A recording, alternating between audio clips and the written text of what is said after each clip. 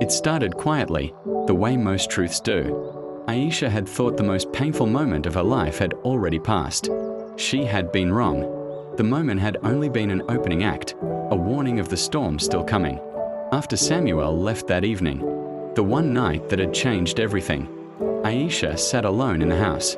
The walls she had once considered familiar now seemed foreign, echoing every misstep she had taken, every choice she had ignored.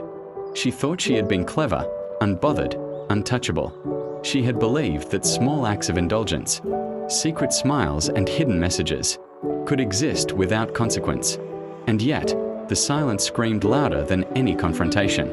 Days turned into a week, and Samuel's absence was more than physical. She began to hear whispers of his movements, subtle things she had never noticed before.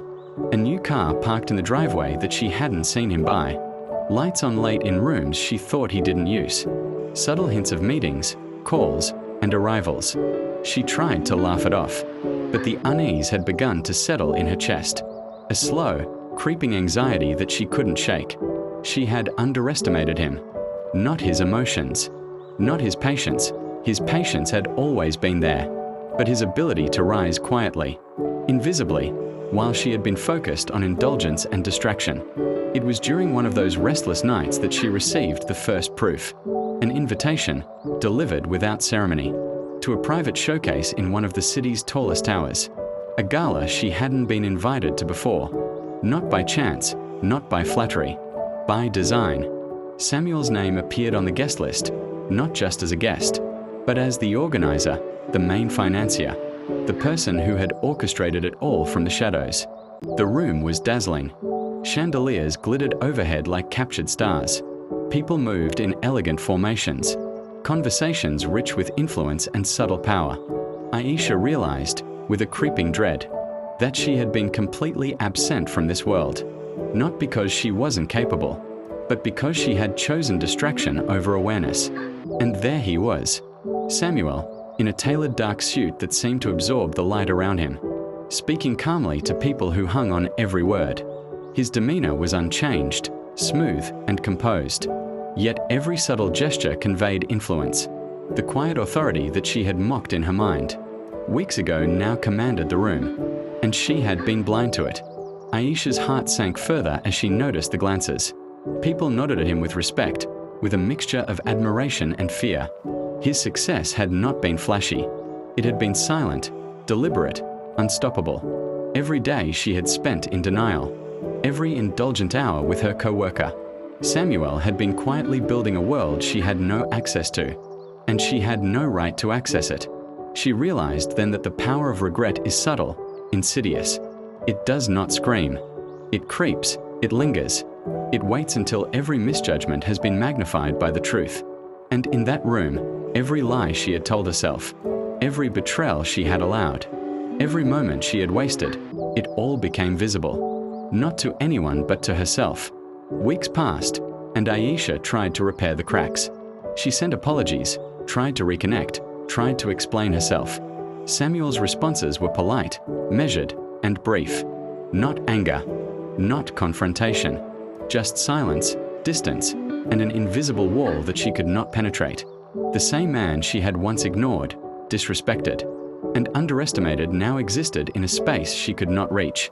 Then came the subtle, sharp reminders of her mistake.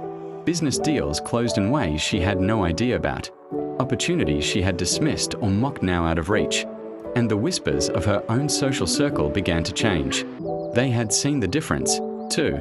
Her name, once casually spoken in the same circles, now carried an unspoken weight, a reminder of her misstep, her oversight, her inability to recognize the quiet strength in front of her. Aisha realized, with a cold clarity, that reconciliation was never coming. Not because Samuel didn't care, but because he never needed to. He had already moved forward, beyond the smallness of the betrayal, to a life defined by his vision. She had no part in it, and yet she could not leave. She could not stop watching.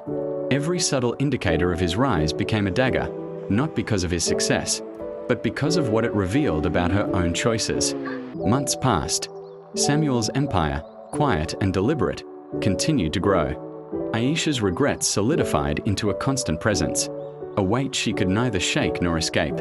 Every corner of the house, every object, every quiet evening reminded her of what she had lost.